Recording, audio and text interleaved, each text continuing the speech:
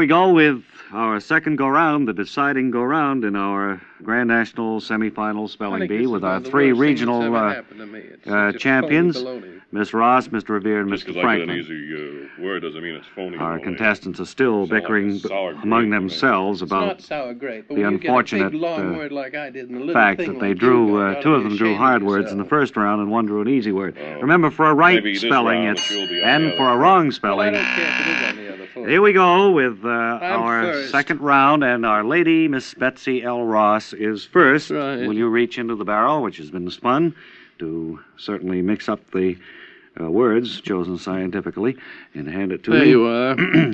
This time, Miss Ross, and this is the deciding word for you, your word is propinquity, or a nearness.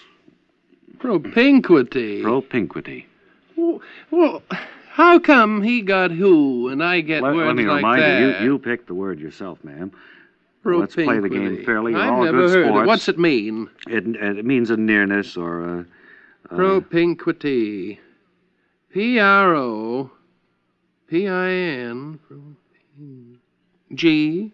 No, it looks like a G sometimes when some people write. Sure. Yeah, it's wrong, though, the way you spelled it. So I'm afraid you're out, Miss Ross, but our congratulations on putting up a good fight. I didn't put up any good fight. I'm just trying to save my skin. Let's move now to the regional champion from the South, being represented by proxy, Mr. Benjamin Franklin.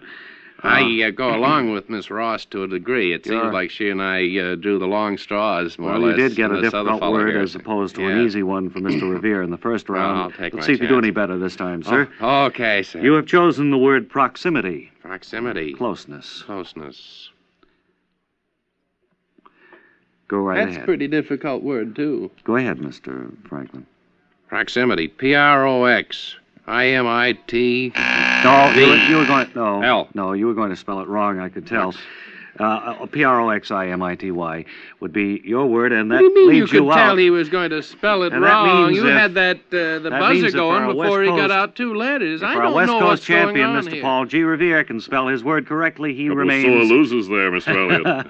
That's right, they are, Mr. Revere. Yeah. You've chosen your word, and if you spell it correctly, that means you... are the standard bearer, the champion in our semifinals. We'll go on to our final round later to be held here in New York. All right, sir. Word you have chosen is far, the opposite of near or close. Well, wait a minute. Go ahead, Mr. Revere, if you will. Are you related or what? Please, Miss Ross, Far. let's be polite. F-A-R.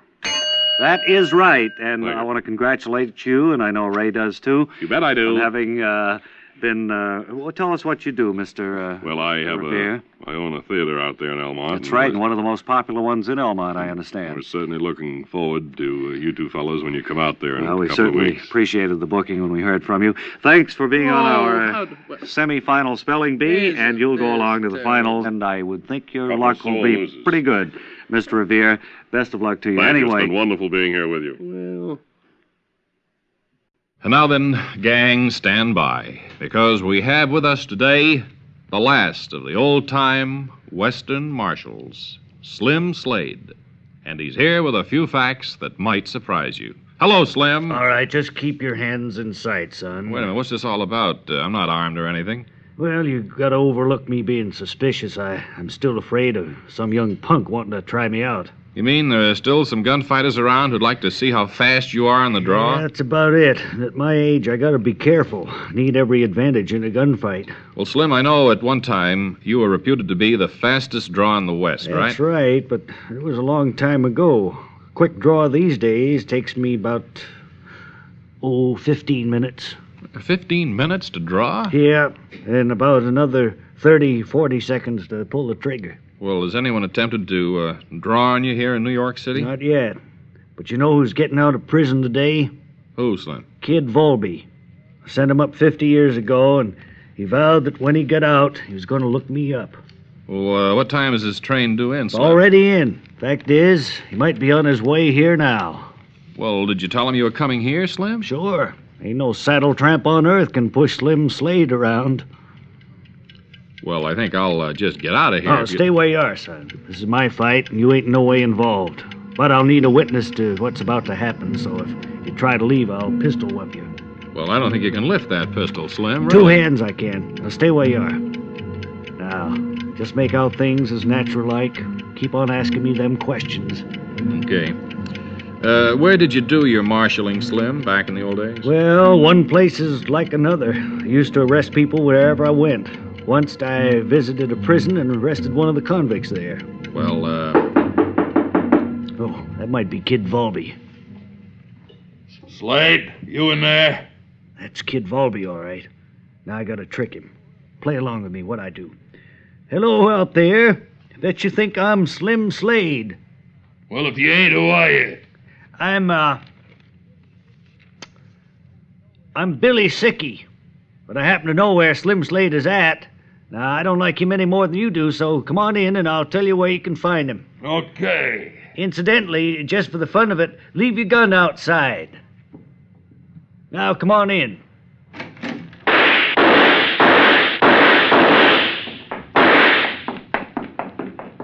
Oh. Well, you didn't fool him one bit with that fake voice, Slim. Well, looks like I'm headed for the place where they ain't no gullies or ditches. Place where the cactus is tipped with blunt material. Where horses are automatically broke in. A place where... Slim, he only nicked you in the toe. You'll be fine. Oh. And thank you, old-time Marshal Slim Slade, for being with us today. Watch out for the young punks. So long.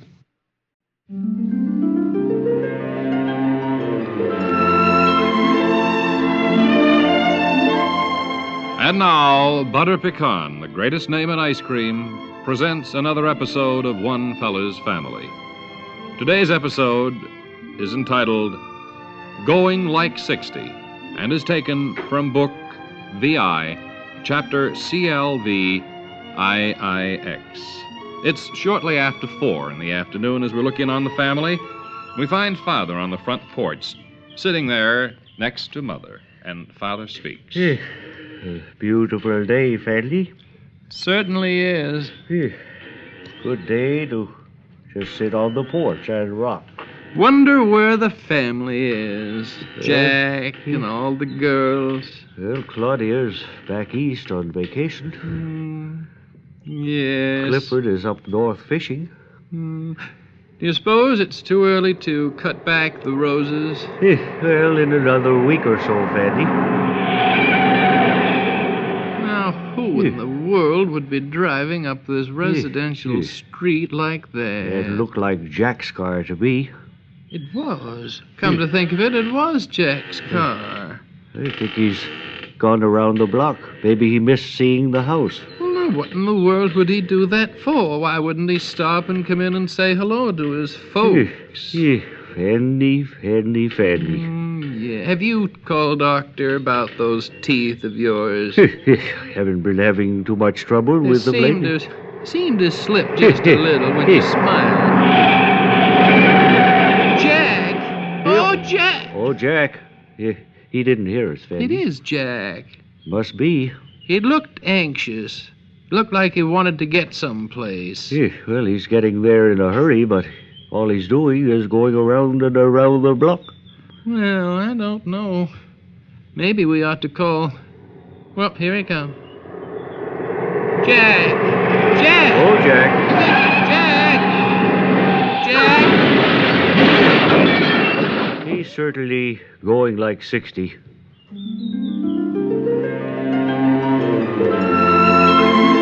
You've been listening to One Fella's Family, brought to you by Butter Pecan, the greatest name in ice cream. Today's episode was entitled Going Like 60 and was taken from Book VI, Chapter CLVIIX.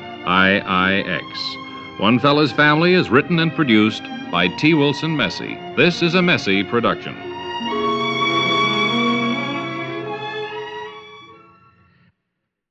One of the big problems in education today is finding enough youngsters who are interested in technical fields, in science in general, and who will go after some of these more difficult courses. We study the problem a bit, and we've invited to our studio Mr. Harmon, who is principal of a brand new technical high school. I believe it is the Equitable P. Harmon Science and Tech Well, that's high right, school, is that Mr. right? Elliott. Being a man of scientific bent myself, I was made acutely aware of the problem, so I... Do I refer to you as doctor, professor, or just Mr. Harmon, or... Well, what is correct? Mr. Harmon would be all right. You're not... I don't want to appear too stuffy. No, I know you have an impressive career as an inventor. Well, as I was mentioning, I invented the plastic collar stay. Yes. Keeps your collar neat. That's probably your chief claim to fame. I don't think one of us men gets dressed in the morning. What, you don't have a difficult time finding them, eh? Well, after you find them, after you look at them, without remembering the man who invented the plastic collar stay, Equitable P. Harmon. It's nice to have you here. Now, I have been campaigning for funds to establish my high school, and I finally have the building now. It's located just a block west from MIT. Oh, fine. It's called Equitable P. Harmon Science Technical High School, and the freshmen report this coming Monday. Wonderful. Getting a little bit late start, but I suppose you'll carry the classes well, a little it's going bit to be later in the a concentrated, speed-up class. Now, they'll report Monday, Mr. Elliott, and they'll have basic science fundamentals. Uh-huh. Tuesday, the Einstein theory of relativity. Fine. Wednesday, nuclear physics. Thursday, astrophysics. And Friday, several students will be shot into space and returned by evening. More or less a demonstration experiment. Saturday will be football practice. Sounds like rather a full schedule you have, and a very complete one, incidentally, too. And for any of the kids listening, of course, they can write to us. What do you think the biggest problem will be this term with your class? I think the biggest problem this year will be against Lowell High School on Thanksgiving Day. You look for them to win that game. I do, yes. Well, good luck with the Equitable P. Harmon Science Tech High School. I hope. Thank you very much, and I want to thank you and your employers for making this radio time available to me. Thank you, Mr. Harmon. Friends, we've done it again, haven't we? Yes. The Bob and Ray Overstocked Warehouse is bulging at the seams once more. An inestimable damage to our financial resources, we have managed to purchase 1,217 sets of genuine brass door chimes. We were able to wheel and deal them to conclude this transaction successfully, and it was in itself a coup, comparable to the purchase of old Manhattan Island from the Indians, we think. So reluctant were the brass door chime people to let their merchandise go that as we were leaving with the genuine brass door chimes, we were roundly booed by the rank and file of the company. To this day, we still receive threatening phone calls from the president of the company, who murmurs dark promises of revenge and suit. Now, that's how excellent these genuine brass door chimes are, friends. However, the new foreman of the door chime company turned out, inexplicably, to be tone deaf. Before this shortcoming was discovered, the aforementioned 1,217 sets of door chimes were produced. So, the chimes are, in a mildly fashionable way, a bit off-key. And that's why we're offering them to you at a price so low, it can't even be mentioned on the air. That's right. We're afraid of surging crowds and the attendant tramplings that go with them. So, under separate cover, we intend to mail out the price to the anxious thousands of folk who will surely want some idea of what these genuine brass door chimes will cost. But before you make up your mind, we want you to listen to a set of these genuine brass door chimes. Think we ought to let them, Bob? We'll have to hire special police to beat off the crowds tearing here to the studio. Yeah, well, I think we'll have to risk that, Ray. All right. Will you press the button that sets off the chimes, please? Okay.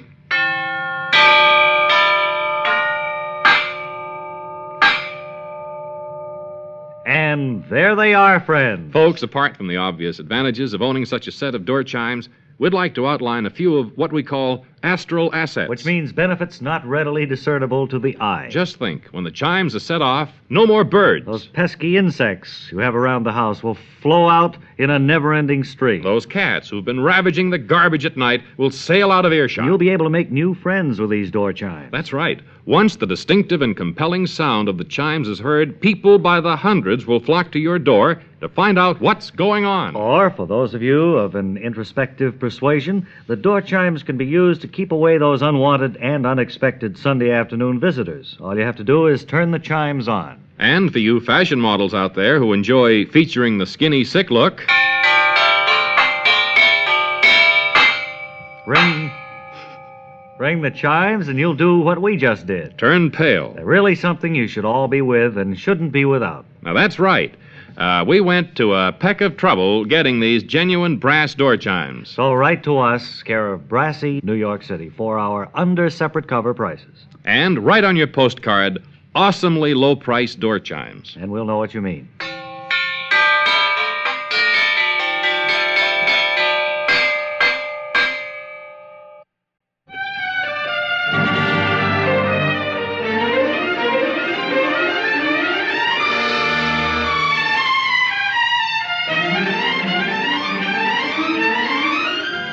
Welcome to This Place for Heroes, dramatized events in the lives of ordinary citizens who never gave in, but waged a fight against unfairness, duplicity, and corruption. Today's dramatization concerns fearless small-town newspaper editor Fred John Wassell, whom we'll meet after our story.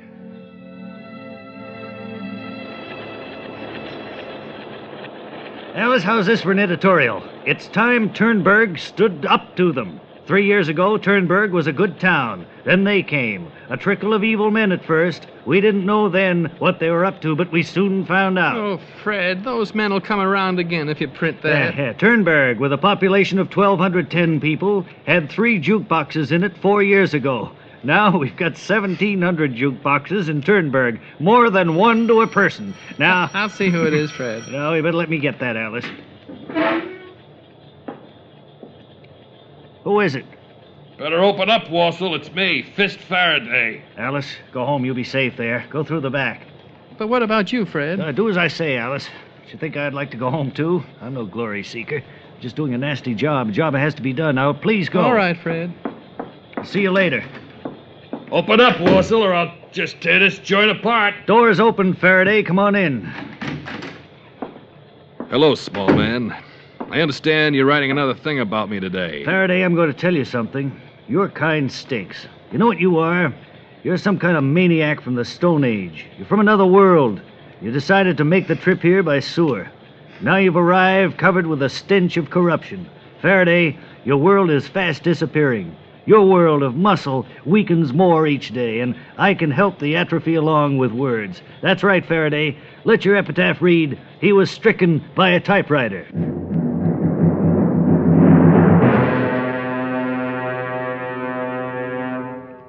And that was the courageous stand taken by editor Fred John Wassell. And now I'm sure you all want to meet the real Mr. Wassell. Sir, I'd like you to say hello to the many fans you've made with your magnificent display of nerve. Hello. I'm glad to be here. I understand the wire was removed from your jaw yesterday, Mr. Wassell. That's right, and I'm glad it was, too. Alice is teaching me to walk again. Now I can tell her to stop when I get tired. But all this that's happened to you, Mr. Wassell, it really isn't important. The important thing is that what the jukebox situation is like back in Turnberg these days, right? That's what we'd like to hear about. Well, I understand they put 7 jukeboxes in my newspaper office. I really don't see how I'll get around the office with all that crowding. And your wife Alice tells me that you have to put in your own money, and whatever it is in the machine has to be turned over to Faraday. That's the understanding, yes. Fred John Wassell, there isn't much I can say. You've said it all for us in words and in deed. You're a hero, and this is the place for heroes. Here on This Place for Heroes. And the question man is here with another stack of mail in which there are questions to which he will offer the answer, I hope. How do you feel today, Mr. All right, let's get to the mail quickly. All right, here's the first one from a man in Massapequa, Long Island. He says, my friend and I are having a fight. How can I win as he's much bigger than I am? I'm afraid it was Bill Terry in 1933. Here's another one from all the way down in New Bern, North Carolina, from a lady who writes, my friend and I are having a fight. Did the United States ever have a woman president? No, I believe it was in the late 1800s at the Delaware Water Gap. A young married couple, Mr. Question Man from Philadelphia, writes, we're having an argument. What kind of a guy was Francis Scott Key? I'm afraid that your friend lost that argument. No, that's the Amazon River. A pupil in junior high school 93 in Brooklyn, New York, writes, my teacher and I have a bet. Did Eli Whitney or Elvis Presley invent the cotton gin? No, 3 cities. Paris, Rome, and London. And a nice lady in Duluth, Minnesota writes, I like your voice, Mr. Question Man. Can I come up and meet you sometime? Oh, I'm afraid you won that argument. You can tell your friend that it flows northeastward and empties into the Atlantic Ocean at Newburyport. And there's a second part to this question. P.S., Mr. Question Man. Ted Williams. Finally, a Marine in Camp Lejeune writes to ask, what time of the year does the yellow-shafted flicker molt? Cumulus clouds, always. So we hope that the Question Man has answered some of the problems bothering you listeners. If you have any, send them along. Next time, he will answer such questions as, I know how tall Mount Everest is in feet, but how many inches high is it?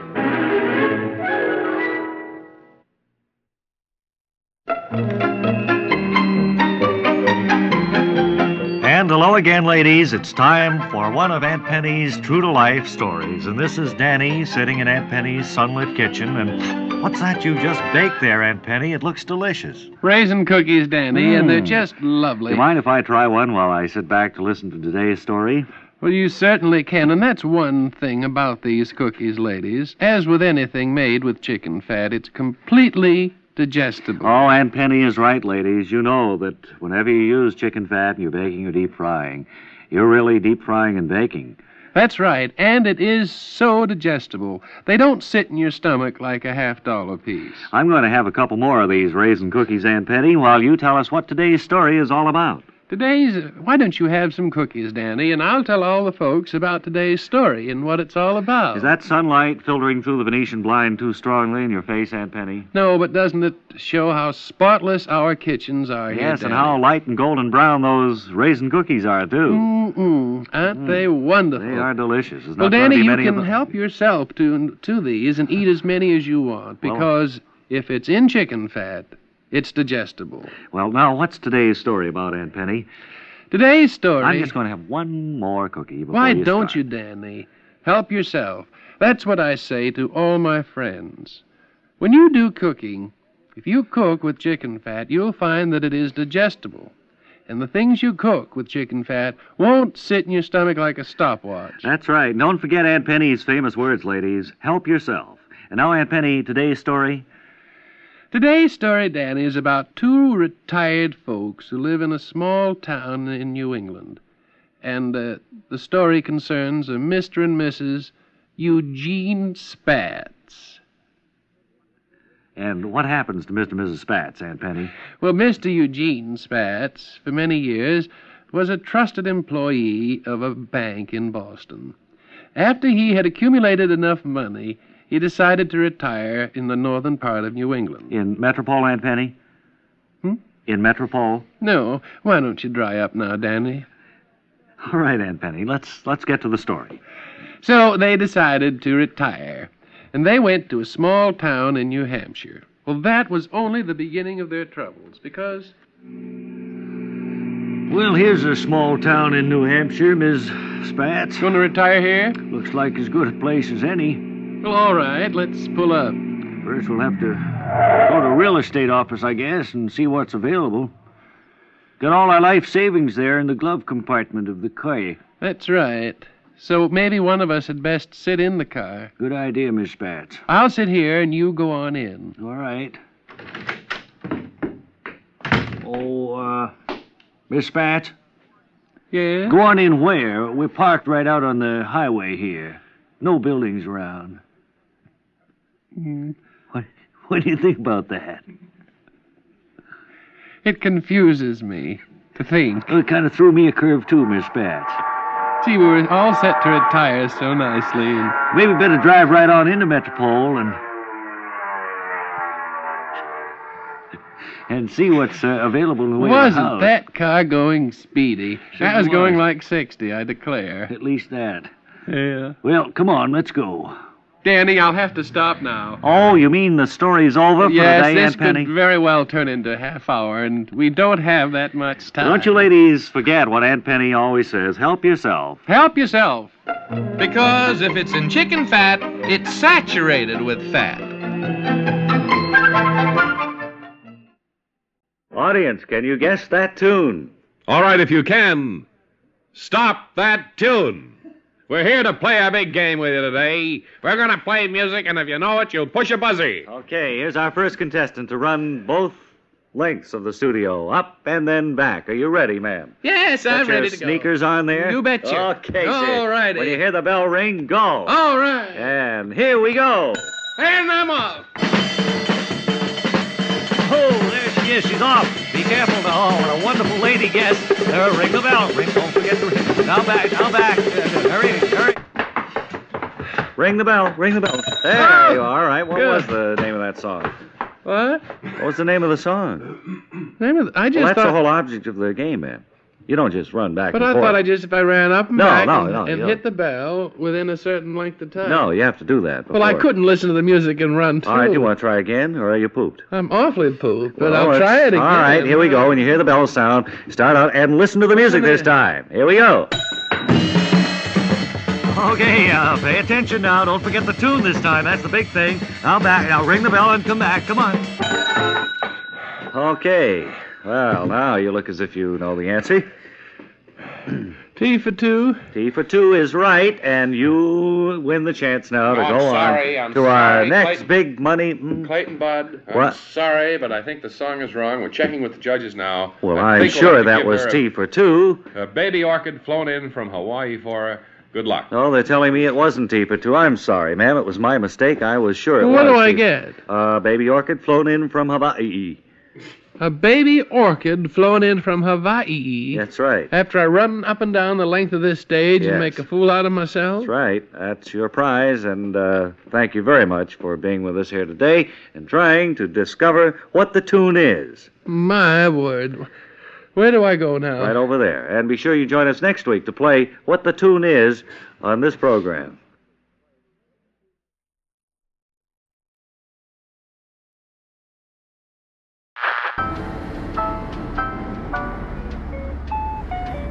Close in 5 minutes.